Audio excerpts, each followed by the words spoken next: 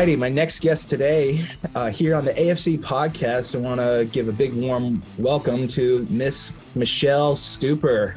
Yay! Hey everyone! Thanks for having me. Glad to be here. I'm glad you can make it. How's your beautiful day going? Oh, I can't complain. It was like snowing 2 days ago, and today it's like 78. So, yeah, gotta love living in the Midwest. Oh, what part of the Midwest? Cleveland. Oh, another Ohio. Let's go. Yeah. Yeah, so it's like, they say if you don't like the weather, just wait like 2 minutes, it'll change. So, definitely true. I've been to Ohio once in 2015. We were passing through doing a touring play, The Story of Anne Frank. Oh, okay. Oh, I love that one. Very cool. I forget which high school it was, but I just remember the valleys of getting in and out of state was a giant, like it was a plateau, a plain you could see for miles and miles. Yeah, it's funny because like as soon as you cross the border and you're getting into Pennsylvania, there's lots of hills, and then as soon as you leave, there's lots of hills, but it's like Ohio is just so flat everywhere. There's like no hills whatsoever. So, yeah. So out there in Ohio, are you guys like maybe historically known for some sort of agriculture or anything like that, where it just kind of supplies the United States with something? Well, we do have a lot of corn and products from that, syrup, and there. One of the things that we're historically known for, though, is aviation. So there's the Wright brothers got their start here, and there's a huge following with the Wright Brothers Museum down in Dayton, and of course the Rock Hall in Cleveland, and we call them the three C's: Cincinnati, Columbus, and Cleveland. So there's lots of cool things to visit if you just go along the middle region. So, yeah. I thought the Wright brothers were more in like North or South Carolina. Well, they did a lot of their testing there, but the inventions itself and some of the very earliest things that they did were in Dayton. Oh, what a pig.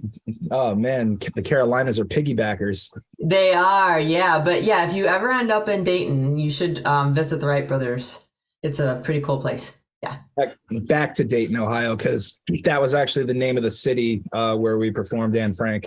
Oh, okay. All right, cool. I completely forgot about it. But, after 5 years, I tend to just sort of like get rid of everything stored in my brain and let it do a memory dump and start again.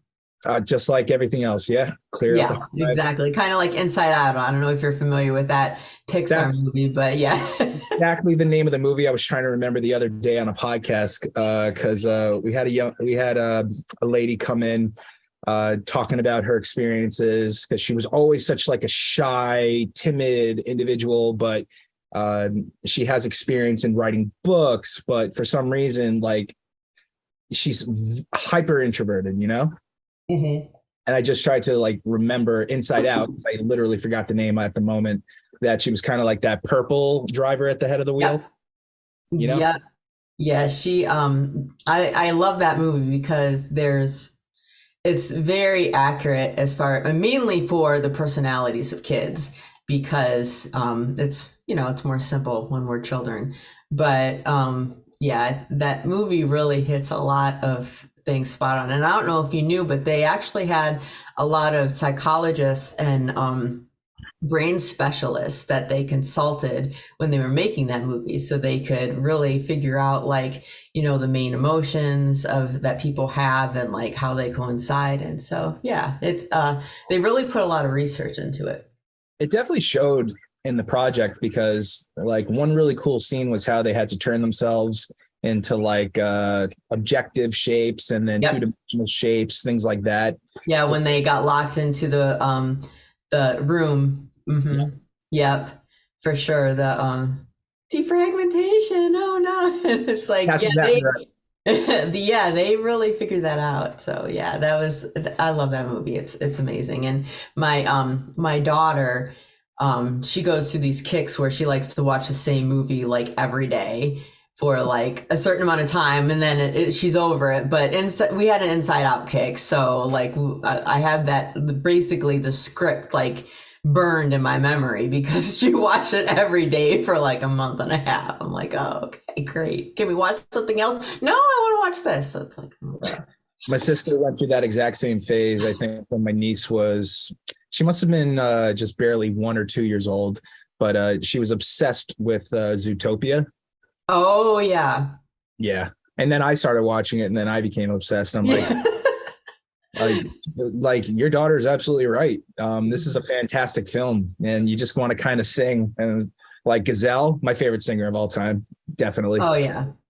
Now, I will say when my daughter comes by this honestly, because when I was a kid, I went through the exact same thing, but my drug of choice was Willy Wonka and the Chocolate Factory.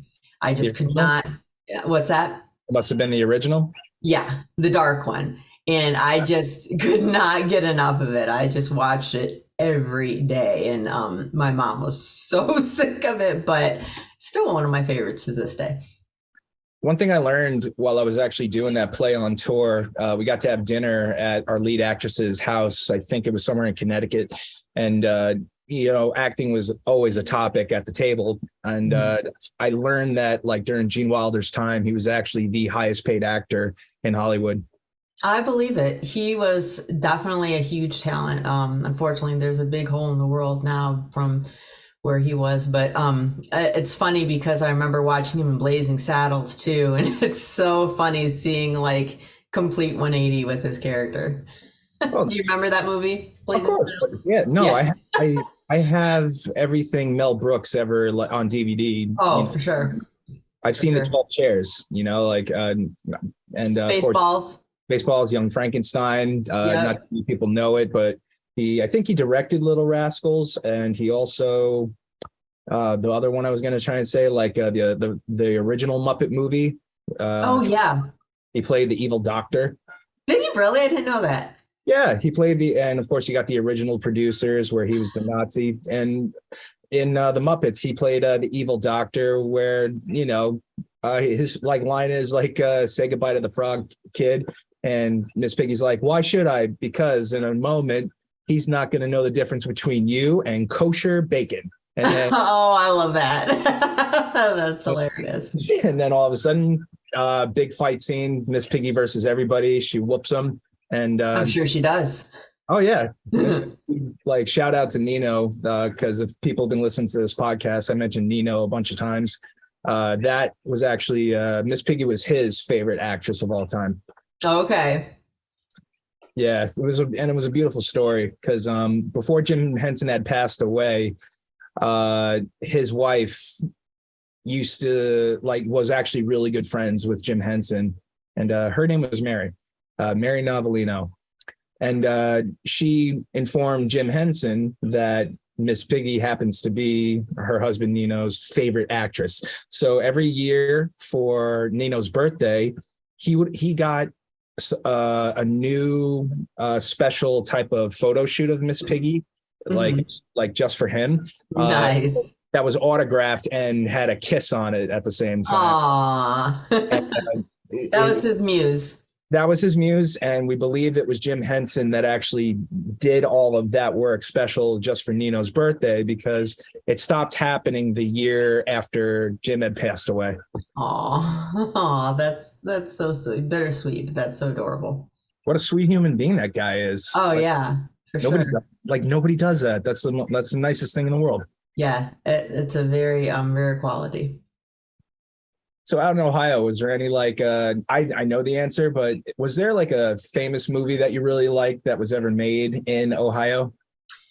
Well, I'm not sure if it's the one that you're thinking of, but one of my favorites that was shot here was Shawshank. Was it really shot there? Yeah.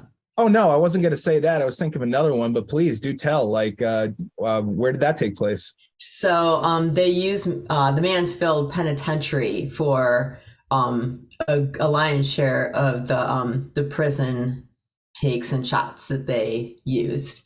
So, Oh, wow. which I'm not sure if you're a fan of like paranormal things, but if you are, I suggest going and touring it during Halloween because they have tours open. And I fully subscribe to the fact that it's legit haunted. So if that's something that piques your interest, I would definitely say I went to school at Ashland University, which is like a pond's throw away from there. So, we would go and take the tour during Halloween, and it's spooky. So, but yeah, they did a lot of filming there. That's really cool. Yeah. Not the biggest fan of being terrified and and not going to sleep. And since you talk about the prison exhibit, this past Halloween of 2022, I did get to experience in Warwick, New York, a haunted prison experience. And it was a 45-minute walk through the entire prison property, pretty much, of all the buildings. And you get about 2-3 dozen actors scaring the hell out of you. Right. Which is their job. If they're doing their job, then you will be scared. Yeah. Yeah, I had to go because I was actually seeing the director of the entire thing, and I wanted to support her work. I was terrified, so I went on the very, very extremely far last day of the event. So it was so cinematically and theatrically thought out, as far as every step you take. Like, you had to walk for like a couple of minutes where nothing is happening. And she did that on purpose, because then all of a sudden you're starting to build a little bit of suspense, and it's parallel to good story writing for horror, apparently, which I know nothing about, but I felt it. So now I understand it. And all of a sudden you just barely get within a view of the first like jail building, like a holding cell area or an officer chamber, and you're getting pretty close. Nothing really happened yet, and all of a sudden you hear this like loud bang, and of course you shit yourself immediately, because the suspense is, because you went from dead silence to all of a sudden this huge noise. Yep. And it got and it actually grew with suspense and travel. Stage 1, stage 2, stage 3. The finale was very well thought together. It was a full seance in a giant gymnasium, and the only way to actually exit is to go through that building and that space. And you're probably like, no, I don't want to go through here. I saw the exit at a 45-degree angle, and I cut that thing like a diamond. I was like, oh, the seance is over there to the left, the exit's to the right. Guess which way I go. Right. No, it was a lot of fun. If anybody does want to go to Ohio, I'm going to check it out. I'm not going right away, but I'll oh, come on. Instagram. Like, Dayton, Ohio to New York is like, what, an 11-hour drive? I'm like, all right. But for just Halloween, if you're up in the Catskills, Warwick, New York, very cool attraction, a lot of fun. The movie I was thinking about, though, was actually Tommy Boy. Oh, yeah. And actually, my home town is Sandusky. Oh. But did you know that there wasn't very much of Tommy Boy filmed in Sandusky itself, unfortunately? I'm sure that's always the case with every movie, you know. Dude, we were so excited when they said, hey, you know, we're going to be making a film that's like supposedly in Sandusky. And we're like, sweet. And then there was like very, very little done in the actual town itself. We're like, you guys suck. No.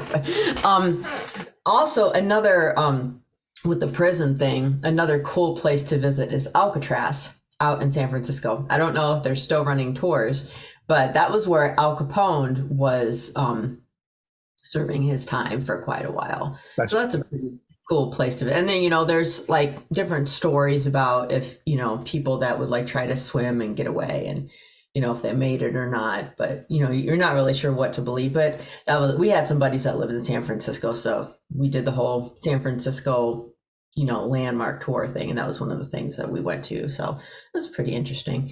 But yeah, so Shawshank was one of the places that that they did a lot of filming. And you were saying how in the tour that you went to, that they use silence as like a, you know, as a tool. And I think that is applicable in filmmaking too, because a lot of times if you just create a vacuum, it can create a huge suspenseful void, whereas, you know, sound, even music can't do that.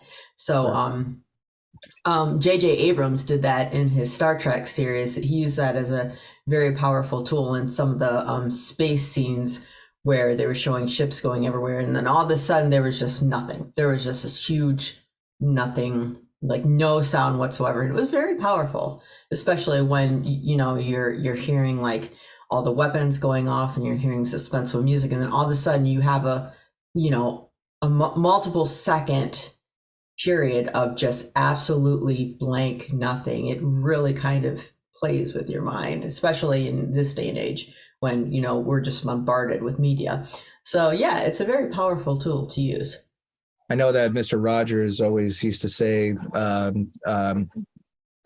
something along that line on how powerful some silence is, of just quiet, just to kind of clear the mind, because everything else, and it's worse now more than ever, how noisy things really are. Very noisy. Yeah. It does. It needs to shut down once in a while, or just take a minute. Yep. And that's applicable for all age groups. I think it's very valuable for children because, you know, they've grown up with it. Like, I'm dating myself here, but I was a baby of the 80s. So you know, we didn't have, you know, we did our term papers on like, you know, Word Perfect and like, you know, dot matrix printers and stuff like that.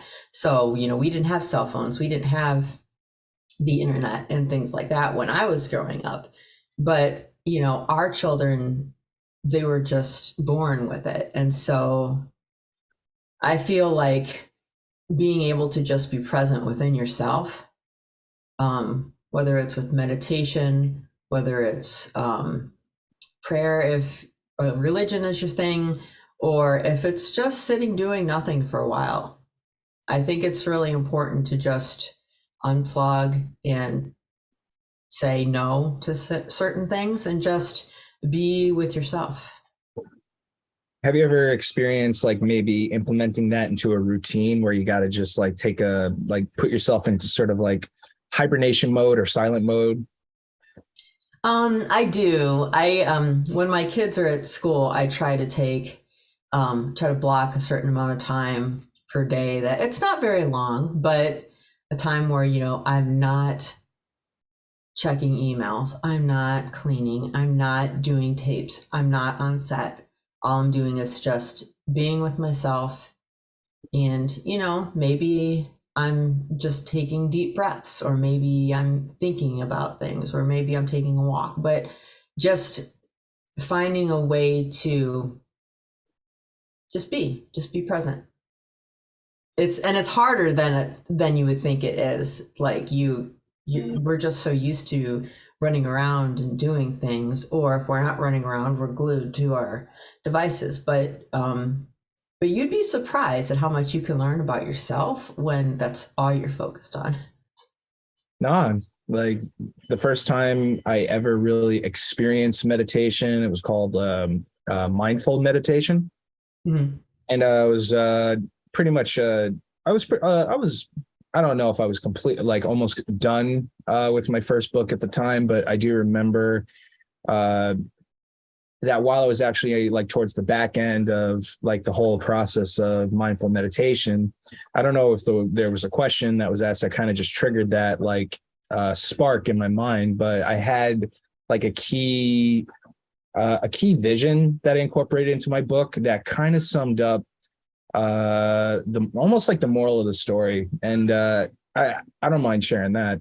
I remember there was a certain point in writing the book where I knew why I was writing the book, but I don't know how to, like, I guess, kind of summarize on why the character perhaps was not accomplishing, or how to accomplish the thing he needed to accomplish, to sort of, you know, tie it all together on why or how he got to this point in the entire journey he was in.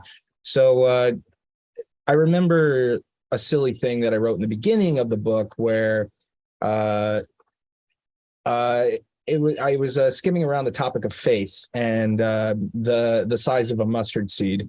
And for me, like, whether you're religious or not, like having faith as an actor, it's essential, because you don't know, you do know that you can do this. You don't know the exact how part, but you just got to believe that and trust that. And that's what faith actually is. It's actually the substance of things hoped for, the evidence of things that you do not see.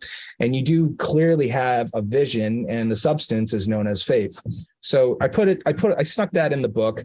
But then when I didn't know how to bring it back, or why, one of the first lessons that this teacher that, was the mentor throughout the whole book, had sort of like that lesson at the end where it ties it all together. But when I was meditating for the first time, it popped right into my head. I'll never forget it, because that mustard seed reference, he took, like, in the beginning, the character told the story of a dying child, and the woman had to go and find, I guess, the healer of the village.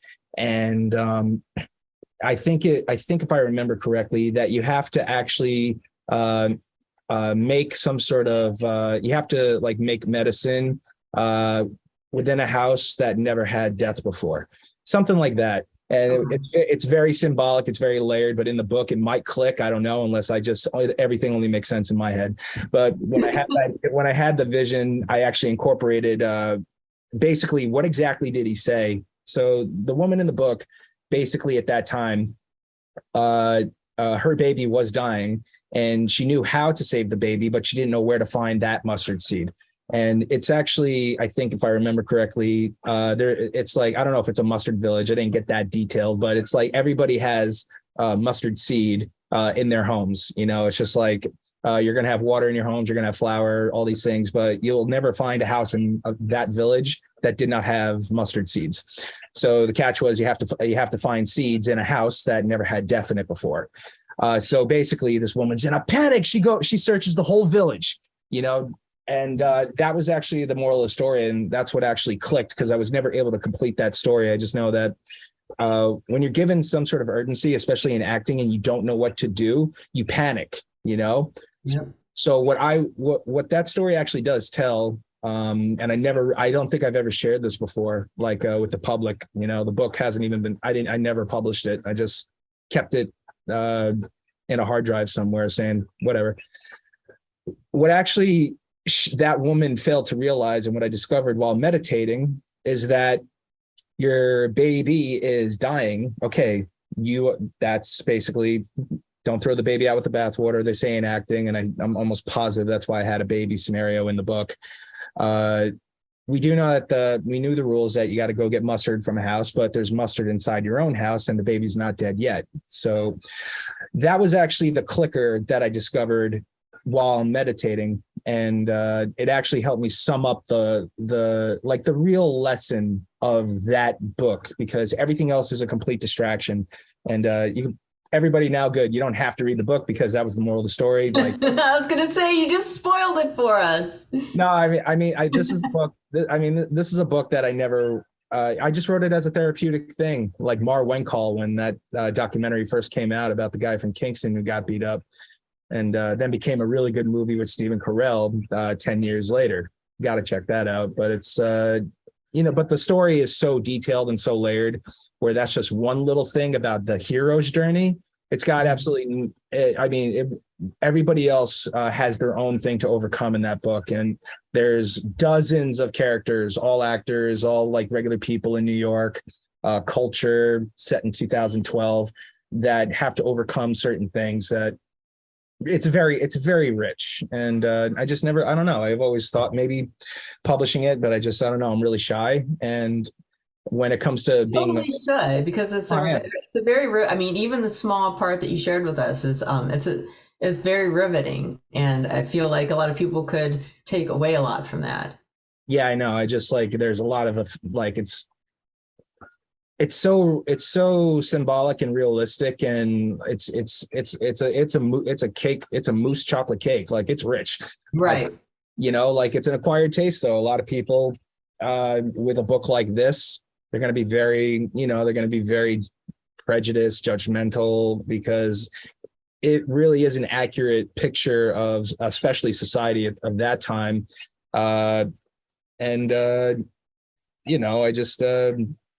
I grew up like special ed English, and I always had a reading problem, writing problem. And the fact that I was able to create this and just look at it and kind of going through my self-identity thing, I was really not angry, but just sort of like disappointed and not disappointed identically at the exact same time, because I think everybody does have the ability, especially once they're exposed to something and it gets developed a little bit better. but we stop ourselves because, you know, the brain and the mind goes to what it already knows. And we kind of create this sense of self-worth based on how everybody goes through the exact same process, like through school, for example. But for some reason, you were the one in this context that was dead last, second to last, like you're the bottom of the barrel. And I think a lot of people feel that way. And for me, that's definitely how I felt at the time, because even going back to school was like, I never want anything to do with it again. And finding a different context on, you know, that I maybe could potentially thrive in, it was a whole different experience, you know, because I never felt that way before. I didn't even know I could feel that way before, because it definitely didn't happen in school. It happened. It happened on the football field. It happened on, at that time, definitely on the football field, and that was it. But it was limited. But there are spaces, I should say, that you will feel like that constantly all the time, you know? Sure. Oh, absolutely. And it's, you know, we have a system in place that we go to school and we learn, like, and they put us through all the same stuff.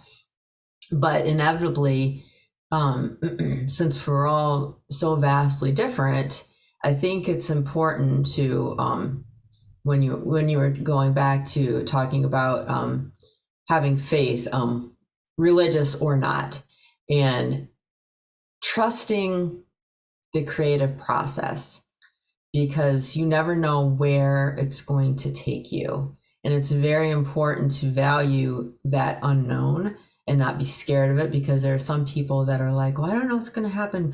I don't know if I should act, because I don't know if I'm going to be able to do this or that. And I feel like as creatives, one of our blessings and our curses is feeling more than the average bear, so to speak. And it's a difficult thing to deal with when you are that in tune to your feelings, and when you have external factors that are saying you need to do things this way, you can't do that, this isn't what you should do. What do you mean you're going to act? You know, that's not a viable career choice. Well, what are you going to do if it doesn't work out? Do you have a plan B? Oh, how's that acting thing going? Yeah. And it's very, that's why this career is so extraordinarily difficult, is because as creatives, not only are we fighting with ourselves inside of what we can accomplish and what we can't, and being able to find that mustard seed, that all the power is legitimately inside of you already. You just have to channel it and have faith in yourself and your abilities, because let's face it, all of the, you know, greatest scientists, the Nobel Peace Prize winners, the people that are curing diseases, who did they follow? Nobody. They followed themselves. They had some people ahead that, you know, that were trailblazers that did certain things, but effectively they found what they needed inside of themselves that was already there. And they threw what other people were saying out the window. And as creatives, it's important for us to do that too, because at the end of the day, it's not about money, it's not about wealth, it's about telling the story. It's about taking people out of whatever the hell reality they're in presently and putting them in a different reality and touching their lives, even if it's for 5 minutes. It's creating art where, in a world where we so desperately need certain messages. And I remember thinking, you know, why would anyone watch horror movies? Because all it does is scare you and terrify you and you know, screw with your head. And I didn't watch it for the longest time, partly because my mother was very strict and wouldn't let me. But I also had a hard time with separating reality from fiction. And now as an actor, I've done a lot of horror films, and they're actually one of my favorites to do, because it's like a stretch for me. Like it's kind of fun to get out of that reality and realize, like, okay, I can create this art I can scare the hell out of someone for this amount of time, but it's a healthy fear because they know that when this film is over, they're going to be safe on their couch, but they can still experience that human emotion without actually dying and that kind of thing. So it's all art, it's all objective. And I feel like that's one of the most powerful things we as human beings have, is the ability to create that and the ability to connect with other human beings and lift them up and show them different sides of ourselves. But yeah, I feel like one of my favorite movies that kind of brought me into this line of thinking was Forrest Gump.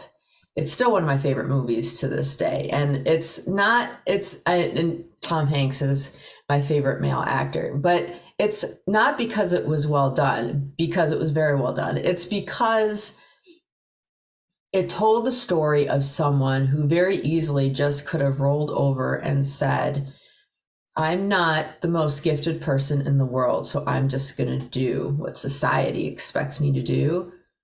But he just did all of these amazing things and led this extraordinary life, but was obnoxiously humble about it. He's sitting on a park bench and he, invented the smiley face emoji. That was really But funny. he didn't come out and say, I invented the smiley face emoji. You know what I mean? He's just very nonchalant. Oh, I invested in Apple. I don't have to worry about money anymore. Okay, one less thing. He wasn't like, I'm rich. And that, I think, is why it's so important for us to focus on not fame, not money. It doesn't matter what job you do. You can't take it with you. Money is not important. What's important is how you spend the time in like the dash, between when you're born and when you leave. That's what matters. That's a poem too, The Dash. Yep. Yeah. One of my favorites. I actually did put that in my book as well. Did you? Nice. No, I mean, yeah, like I haven't read it in so long, but it's funny how you bring up Forrest Gump because, of course, that's on my one of my favorite lists of all time as well. And it kind of clicked where like some movies maybe don't necessarily need to have a scene for the sake of carrying the story forward, but every scene somehow in Forrest Gump, in this guy's journey, was so styled in the contribution to his life, Yes. And it just seems interesting, like how some projects are being written today where the journey is almost not even in the picture of a lot of the films that we write. Like you're not actually really seeing the process or the flashback or like how he got to this point. And because the one element that was, I'm sure, very common back then, more so than it is now, that there's a stranger sitting on the bench next to you. Welcome to Happy Corner. This project strives to make safe housing areas for stray cats at an affordable price. It's so easy to put together that even your children could have fun making one. Help keep cats and other animals safe with their own little Happy Corner homes.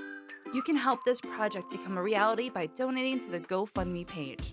Happy Corner homes are a great way to show those animals in need it's okay to be happy.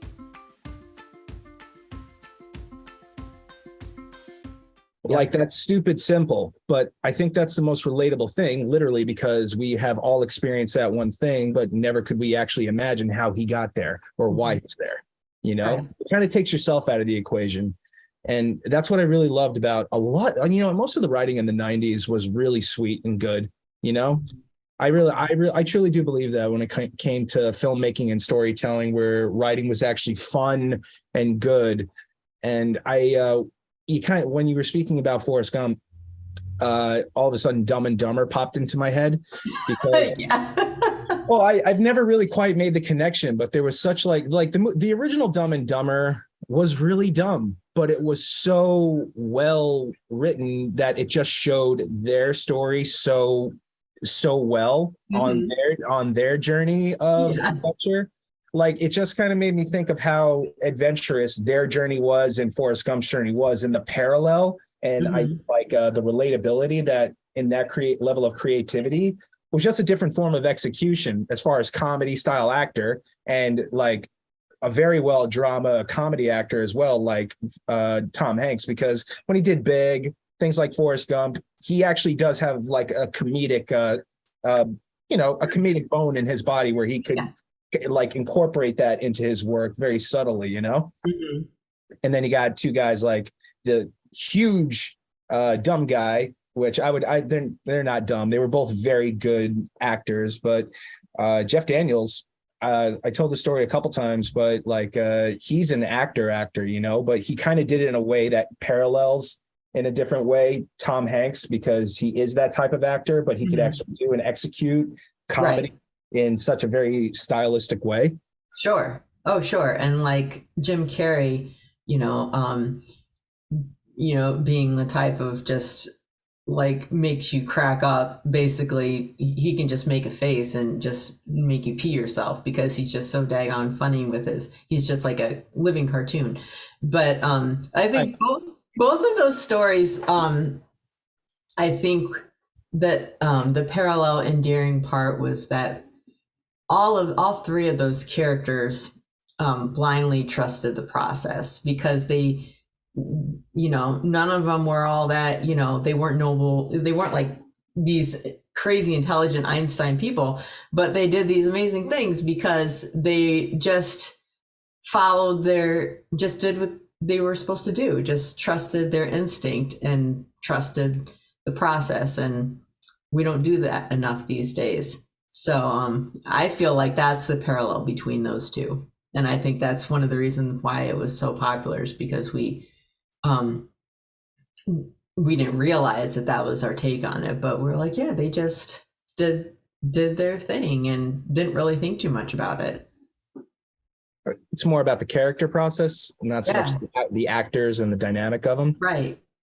I could agree, honestly, because you put yourself in their shoes when you watch a movie, and you kind of just experience the whole thing with them. And I think one of the biggest problems we have as actors is because even though that's a parallel to life, a reflection of a reality, it doesn't mean that the probability of what they were able to achieve is less than yours. You're on a journey right now during that dash where you can't just sum it all up in 90 minutes. You're going to be living the moment to moment. Yep. And I think, even though we on this side of the story as the observer could identify them as dumb, or like, because they all of them were, but they were not they were not like dumb, because like everything about them was not dumb. They were all human beings, and we felt empathy and love for these characters. So it's a curious thing on how is it that we as people can't really just have that same level of empathy for ourselves and just be patient with the process. 100%. And I feel like that's a huge thing that's missing in the world right now. And I'm not exactly sure, honestly, how we got away from that, but I think it's quite unfortunate. And like one of the biggest mediums that I unfortunately see it right now is through TikTok. And I find myself like trying to just stick to cute animal videos, because like whenever I go into like the comment rabbit holes, it's just all negativity. And I'm like, why? Like, someone could post the most beautiful, pure video in the world, and someone is going to have some like bullshit negative thing to say. And it's like, why? Like, it's so unnecessary. Like, you do not need to use your energy in this manner. Like, you seriously don't. You will feel better if you channel it and for like positive things. But again, it's like, you like, I'm the type of person that I just scroll on. But but it's like there's so much crap in the world that you get inundated with, whether it's news stories or things that you encounter in your day-to-day life. But I feel like they're all very powerful, and it constantly challenges you as a human being to make a choice constantly during the day. Like, how am I going to handle this? Because you could very easily, and the easier way would be to handle it by being a jerk and to just go through life jaded and to be upset about all the horrible things that are happening in the world. But that's not productive. No. And I don't think that's what our purpose is. And our purpose, the reason we are here, is to connect with each other. And for however long that is, some of us are here longer than others. Some of us are only here for a couple minutes. Some of us are here for, God bless Betty White, almost 100 years. Oh my God. Yeah. National treasure. Like it's just, you have to make it count. And to the people that just say, oh, just, you can't do this or you can't do that. To me, I just feel like it's unfortunate for them, because no one has the right to tell someone you can't do this or you can't do that. And as an actor, it's been a journey, because I haven't been acting my whole life. There's been a lot of people that, oh, I've been acting since I was 3. I've always been a late bloomer, and Sure. I'm okay with that. Like, I just know that about myself. So I've only been acting for 5 years, but I feel like that doesn't mean shit. Like, to be honest with you, like, you can do extraordinary things. There's so much within your power that you have absolutely no idea. Like, for all the people, and I don't, for everyone who's listening out there that is thinking about being an actor, or that is in the middle of their journey, and that has even the closest people in their lives saying negative things or discouraging things, please, I'm begging you, do not let it get to you. You have to listen to yourself. You have to be confident in your own journey. And that's what it is. It's a journey. If you have goals, which you have to, that's great, and keep striving for that. But just know that is not the end. Your goals, if you hit them, you keep moving forward until you take your last breath. I mean, honestly, you have to enjoy. It's not just like, oh, once I get here, then I'm done. That's not why we do it. We do it because it's a journey and it's a process, and try to make the most out of each moment and each challenge that comes your way, because the challenge happened for a reason. Like, I'm not going to get into a religious thing here, but I really believe everything in life happens for a reason, even if we don't know what that reason is yet.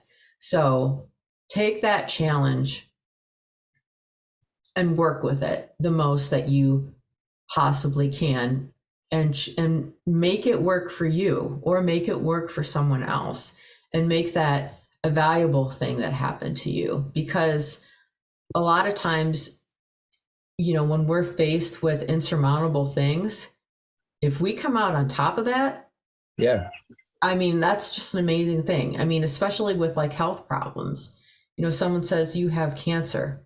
How good do you feel once you get that you beat cancer? Oh, dude, forget it. I mean, I can do freaking anything now. I beat cancer. So I mean, you just never know the power that you have inside of you. So trust yourself, trust that instinct. Screw what other people say. If you want to do this, just do it.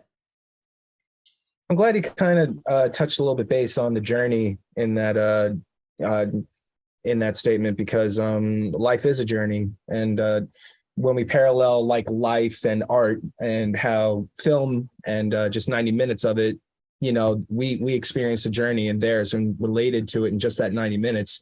The fun part is about being on this side of life, like in more of reality than theatrical reality, is that we're in charge of writing that script as well. We have, and like you said, we do have that amount of power. And I couldn't agree more that everything happens for a reason. And one really great movie that might kind of click for those that quite don't understand like why certain things might be happening to them. Have you ever seen you must have seen this movie. It's like one of the greatest of all times. Everybody loves this movie. I don't care who you are. It's called The Never Ending Story. Of course. That's what I mean. Like, that's what I mean. Like, do you remember at And the thank end? you. Now I have that song stuck in my head, and it's going to It's stay. Oh, Oh, and then like, earworm. oh, Yep. let's go. Stranger Things, bringing it back. And I wanted, what was his name? What was the dragon's name? Falcor? I wanted him. Okay. Luck Like Dragon? legitimately as a pet. Like, yes. Like, yeah. I mean, like, I just want to sit here and pet him all day. Like, oh my gosh. I know a guy who built one, so we'll talk. Oh my gosh. He's a gorgeous puppet. I saw the. Seriously? Yeah, it's out in New Jersey. Like, dude, I know people and they know me. Well, guess what? I know what. Like, man, I found that completes life right there. You know what I said about goals? It's a journey. No, it's done. No, you meet Valcor and you can die happy. No, Good. There's very few dragons that are remembered by name. Falcor is probably the top of the list.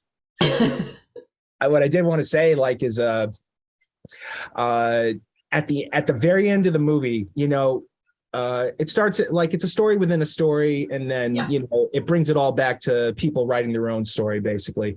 And it's like this trifecta effect, and especially for me as a young little boy watching other boys, and I'm going through the same shit. And it's like, but it's 100%. It's everybody's like story, different version. The Empress was given Atreyu the reality where, you know, everything has come crumbling, crushing down. You know, like that's it. The world around him is completely destroyed. You completed the task, but it wasn't enough. We're going to feel like that at the lowest point in our lives. Like there's no way, there's no ins or outs about it.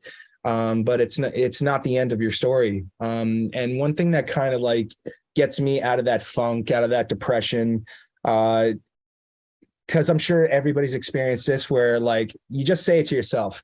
There's always something. It never ends. And everybody says something like that where it's just like never enough. No matter what I do, it's never enough. And everybody has that moment. Everybody's thinking about it and they understand, they connect saying, yep, that's me. So think about it like this, because it could be bullshit, but it could also be true.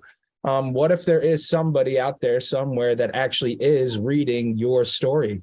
And, you know, like you are a character in reality, similar to what Bastian was going through of the journey of Atreyu, but it pulled him into the book and brought the book into his reality. The Truman Show. We're all just in a show being watched by somebody else. Yeah. So, I mean, like you could put religion into it. You could put like flat earth, that we're on a dome. Like, so let's just say, yes, okay, that's true. So what do you truly have to be worried about as a person? Like truly, what do you have to be under the gun and like worried about? There's nothing, there's no dishonor or discredit to you feeling what you truly feel. You're supposed to feel that way because you actually understand it. Sometimes it hurts, sometimes it's the most wonderful feeling in the world, but it's not the end. It's just not, you know, It's part of the never-ending story because you're living that story right now. Exactly. And I also feel like that's one of the coolest part of the job of acting is when they say, you know, people say, oh, well, you know, acting is pretending to be. Oh, really? That could not be more incorrect. Like, they don't know what they're talking about. Biased. It's not all make believe. So go ahead. I want you to say it. Yeah, no, because to me, and this is why, like, from a business perspective, I know that's not what the show is about, but when we're looking for when actors are looking for like representation or management or things like that, I get it. People stores, you know, you're shopping for people or whatever, but when you're talking about performing and acting, it is so much bringing yourself, your being, your experiences into this character and weaving them together and making them one. because it's when you're auditioning and when you're looking for that good match for an agent, when you're on set and you're performing that role, you are bringing the best and most raw, organic parts of yourself to that character. Let's go. And that is what acting is. They are taking you. They want the character, but they want how you are portraying the character. And that's why they selected you for the role. That's why they select you to be on their roster, is because they want you. And that's why they say, don't try to be like, Meryl Streep. She's great. Guess what? The world already has a freaking Meryl Streep. She's like Meryl Streep. Yeah. Be like Michelle. Be like you, because guess what? There's only one of you. So you do yourself, and if they like you, great. If they don't, not a good fit. So when you're acting, you are bringing yourself and what you can feed and to provide into whatever character that screenwriter and that writer is trying to put into that storyline, into that arc. Like, Michelle, I swear to God, you just made me cry. I'm sorry, I don't want to make you cry. I'm just a man telling the boy inside of him he's loved. That's it. Giving you big virtual hugs.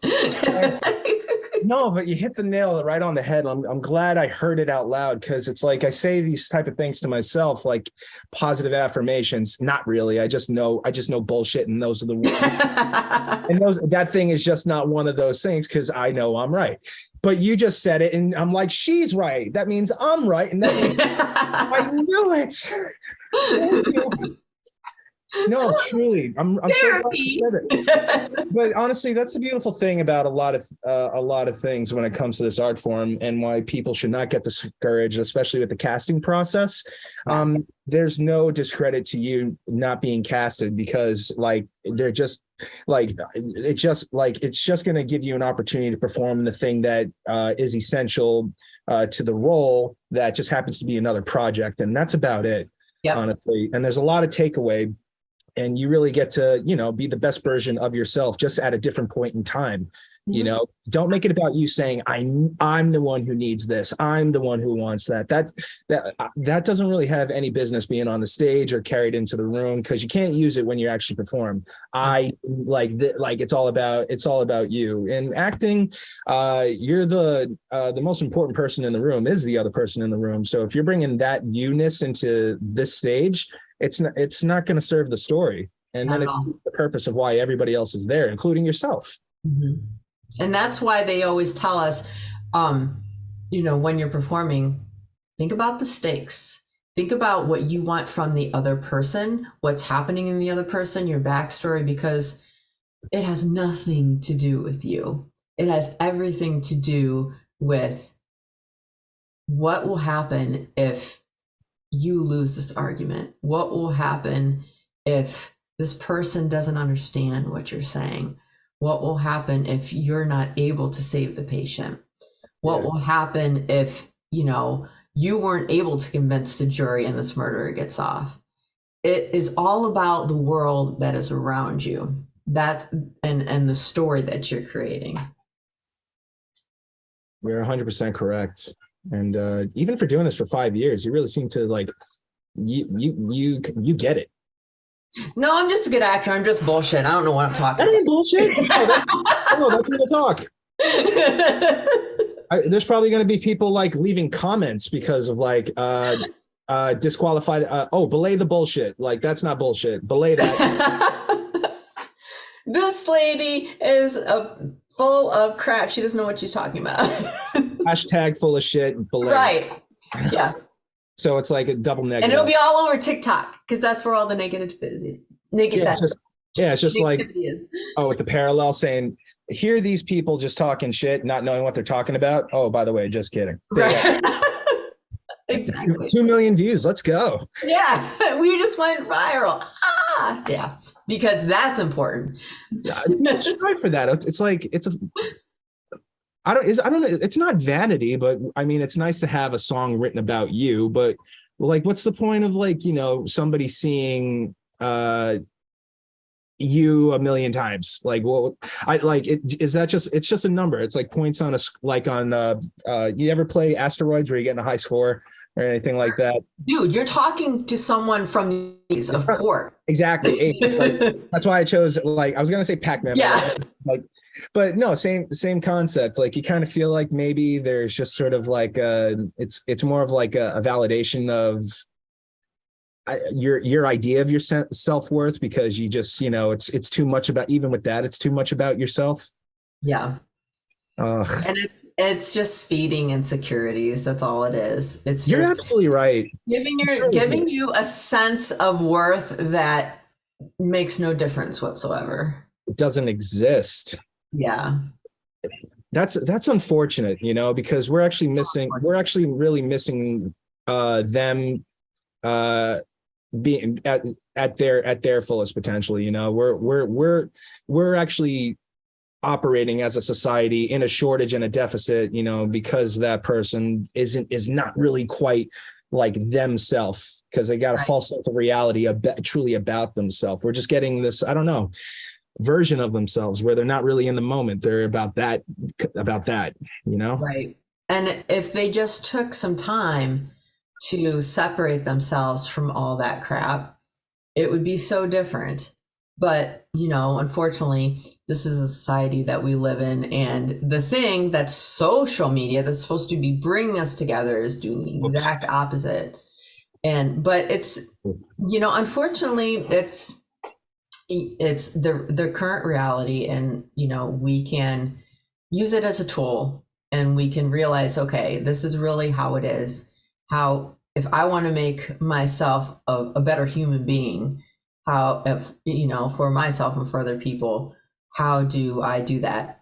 Knowing that this is how it is. And that's the important part, just to, no matter what else is happening in the world, it's just about, for me, being a better version of yourself tomorrow than you were yesterday. Of course.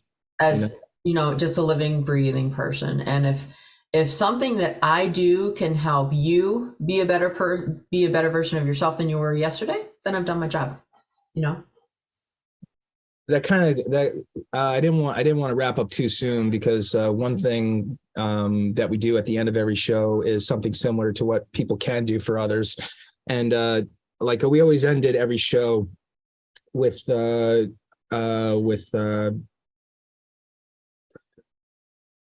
it's actually called The Right Words at the Right Time. It's not so much something that I did for something or did for someone, but as far as an activity goes, that's where I kind of got lost a moment ago. But when you say the right words at the right time, you are actually doing something for somebody that does that thing for them, that, pushes them forward. There was this book that I used to read, and it's just a collective of essays, and it was written by Marcy Hopkins. And every single celebrity at the time when she was interviewing, politicians, athletes, you name it, very well-known people, Mel Brooks included. I still remember his quote from that book. Sometimes when you go up to the door, you have to ring the bell. That essay was a great essay, but those were his right words at the right time. My curiosity is, because you've only been doing this a short amount of time, you're incredibly wise. The show is not over yet, but this is just something I guess we'll get out of the way momentarily. I'm curious though, Michelle, like, has anybody ever said the right words to you at the right time that literally has stuck with you all the way up until right now, that got you through everything you did, that is still with you, that you held on to after all this time? But if not, do you have any words of your own that you want to share with others? Oh my gosh, that's a lot. I'm sorry, like I just wanted to put it into context. Yeah, no, I'm just kidding. Well, I mean, honestly, I'm extraordinarily grateful for a lot of words that have crossed my path along the way, and I can't even remember who said them. And but I guess one of the things I can say is your journey is what made you who you are today, and on this date in time. And it's important to realize that each moment that brought you here is viable. Whether it sucked or whether it was great, it is part of what formed you, what molded you, and what caused you to make the decisions and be the soul that you are presently right now. And that person is going to affect the world in some way. So it's very important for you to make your choices wisely, because they have a butterfly effect. You have no idea how your actions and how your words, even thoughts, are going to affect other people. So it's very important for you to be cognizant of the choices that you make. And I think that's why it's really important for us to be present. And when we're working, to really put that forethought in, okay, so how do I want to make this the best performance that I can be? What can I bring to the table so that, how can I serve this agent the best as I possibly can? How can I perform in this role so that the audience will just be like, holy shit, I can't believe I just saw that. How can I talk to my kid today so that they will take what I'm giving them and take it forward and make better decisions in the future? So it doesn't matter what you're working with in the moment that you're in. You have to make a choice into making that the best moment that you possibly can. So, because what you put into it is what you get out of it. It's very easy to be lazy and not give a shit and just not put in the effort. Put in the effort. Just put in the effort. I promise you, you will not regret it. If you put in the effort in all aspects of your life, it'll make a huge difference, and you will not believe what you will accomplish if you just trust the process, put in the effort, and just don't be scared. Just do it. That's exactly how I felt. Just don't be afraid. Don't be scared. Put in the effort. You could do it. Yep. But that would be the only little bit of wisdom that I have. No, man, I was just like, that was so refreshing just to hear. I do have to ask though, why did you decide to become an actress? Well, I actually started as a musician, believe it or not. I've always been into the Have art. some depth. Like this is not a surfaced conversation. And but I guess what started was I used to play, oddly enough, in the pit orchestra. Yeah. No, what'd you play? Like the harp, or were you the violin? I played the woodwind, so I was the one with the book, and I would switch in between instruments, with like whatever they needed at the time. You're Had the a little understudy light. of all the thingies. Like you could do it all. So I did. There was one point where I had like a tenor sax, an alto sax, a flute, a piccolo, a clarinet, and then the E flat clarinet all right in front of me. And I'm flipping the book and try to like take each one out of the stand. It's like, holy. What the heck?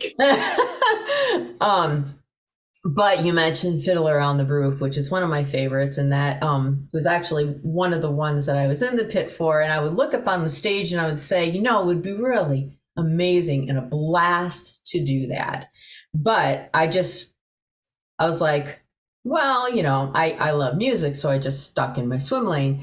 And then I took my daughter to a local agency, and I guess you could say I just got bit by the acting bug.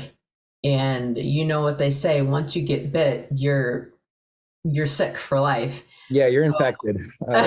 Yeah, there's like no getting. I mean, you can even just take a hiatus or never act again, but it's still in your blood. It's still there. So It's like mono. it is. It's just like mono. away, Who you kiss, man. Yeah, but like, I mean, I guess for me, I've done a few jobs in my life, and I always like, this is one of the things that I say all the time, and I fully subscribe to it, that acting is the best and hardest job I've ever had in my life, other than being a mom.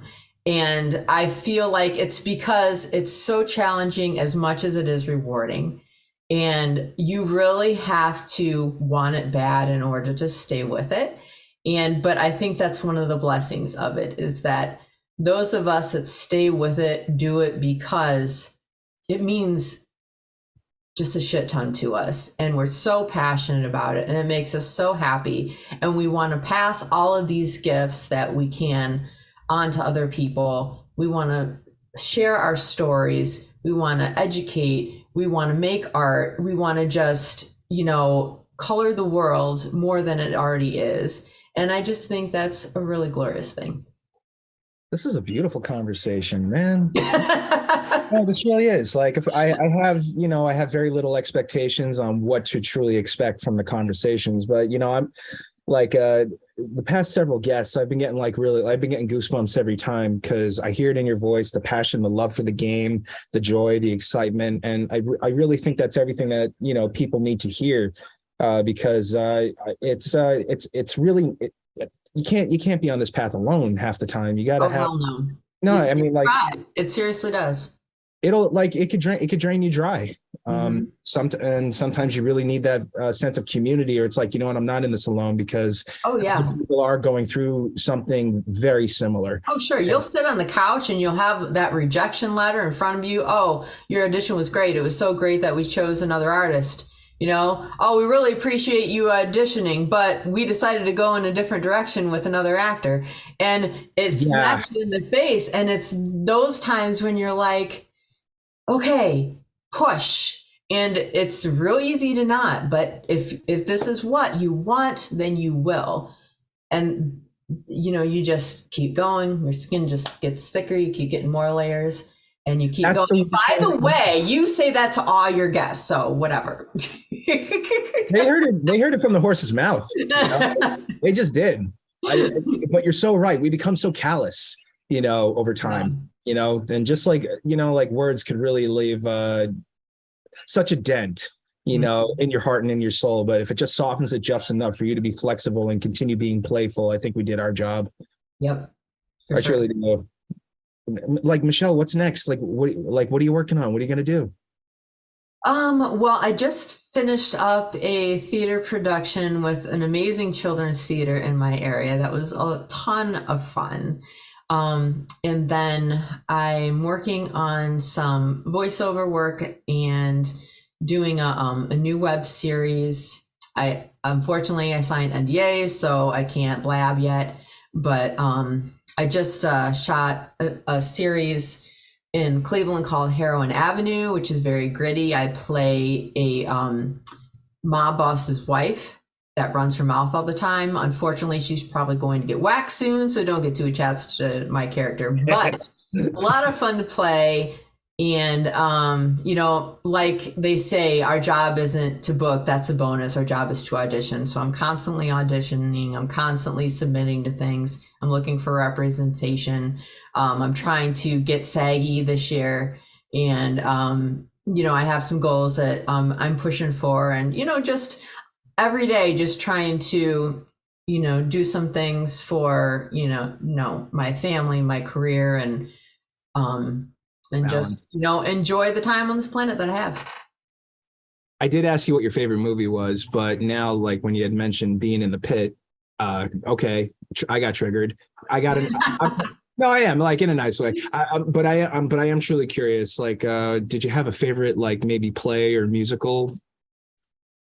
Well, I had a couple favorites, but I can't really pick one, but I guess South Pacific actually was one of my favorites. There's Nothing Like a Dame. You like that? Yes. Oh.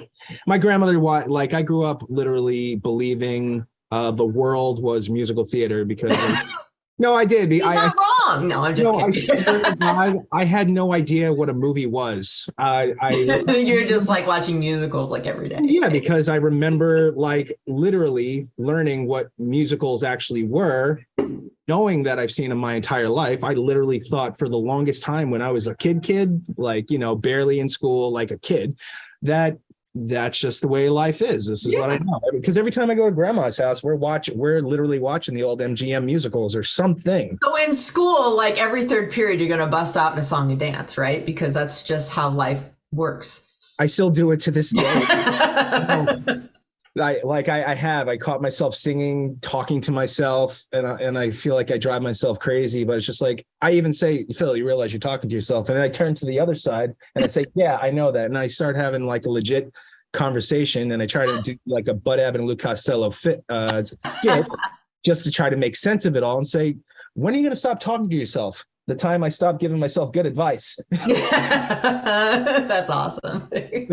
Honestly, like, I don't know. I just can't stop finding the humor and joy in things, but just like everybody else. And I'm sure like, I get down just like everybody else, but I find a way to just like, like reconnect, because when you were a kid, you were at that point, you got to somehow keep yourself tapped into that guy, and just sometimes hug the baby.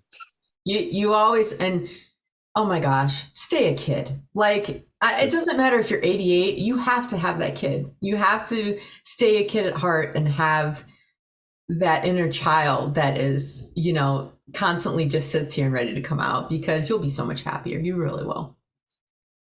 From your mouth to everyone else's ears. God bless you. This was a wonderful conversation. I cannot wait to have you back on the show. Honestly, I really believe like you got so much to offer. You're so ridiculously wise. Like, oh my God. I hope you. I'm just a good bullshitter. That's all it is. That ain't bullshit. Like, no, my parents and we were all from Brooklyn. We know bullshit. Oh, y'all are scrappers then. So no, yeah. Like, you can't bullshit a bullshitter, bro. Right. Like no bullshit. This wasn't bullshit. This was some really good, high quality horse shit, but it was good. But I gotta say, Michelle, it was so much fun. I can't tell you how much I appreciate your time. It was a blast. You got to, if you ever go see a Broadway show and you happen to be in the city, make time to come out to Astoria, Queens. We'd love to connect. I'm there. I can't wait. I'm excited. It's not far. Like, chances are you're going to land in LaGuardia or JFK, which all happens to be in Queens. And we're only a 10-minute ride on the subway to Times Square. So like, it's worth it to stay in Queens. This is going to make me sound like a nerd, but I actually enjoy riding the subway. I know that. Oh, that's fine. Like, you're on your own in that, but that's fine. I mean, like, I'm a people watcher, so I'll just watch all the stuff that's happening. Like, oh. I got an electric scooter because of my hateful passion for the subway now. And it's a nice one too. It goes 50 miles an hour. I zip. Shut up. Oh my gosh. So you're like, you're going to be one of those little old men with the scooters that are just like flying down the road. I'm gonna have a piggyback backpack to make myself look like Dumb and Dumber. Where that's what I was picturing. Yeah. Yeah, just like a scarecrow of Jeff Daniels on my back. Right. Yeah. Like we both peed ourselves and we're just like walking like this. Exactly. Have our Depends on and you're all ready to go. But yeah, this is why I do everything remotely, and it's just like, no, I'm not coming to Manhattan if it's It's cheaper this way anyway. It really is. And there's nothing they're doing there that's not being done right down the street from your house, honestly. Exactly. Yeah. So here's to like new beginnings. I wish you the absolute best of absolute luck. If you got anything going on, do not hesitate to let us know. Ladies and gentlemen, if you did love this episode, please like and subscribe, leave a rating and review. If anything you heard today literally was the right words at the right time that you needed to hear, we do that. We want to know that we're actually making an impression on lives. And if you're interested in becoming a guest, you have a similar journey or like a story you want to tell, don't hesitate to sign up. More information about that with a link probably in the, on the screen. So always close up every show. Don't forget, be sure to follow us on Instagram. You're going to be able to connect with myself. Michelle, I'm sure you got social media. Yep. You got TikTok. So I'm sure there's going to be times. And if you do want to leave a negative comment, just put it on TikTok somewhere, because I'll just keep scrolling anyway. And if you do put it on there, I'm going to share the video that you didn't like. I'm like that. I got a big mouth. I do. Like, guess what they said. But thank you everybody for tuning in. Michelle, I always end the show with this, to always remember to absolutely never forget your community, the creativity, and the joy. Thank you so much for coming on the show. Thanks for having me. It was a lot of fun. So see you next time. All right. Thanks a lot. Ciao. Bye.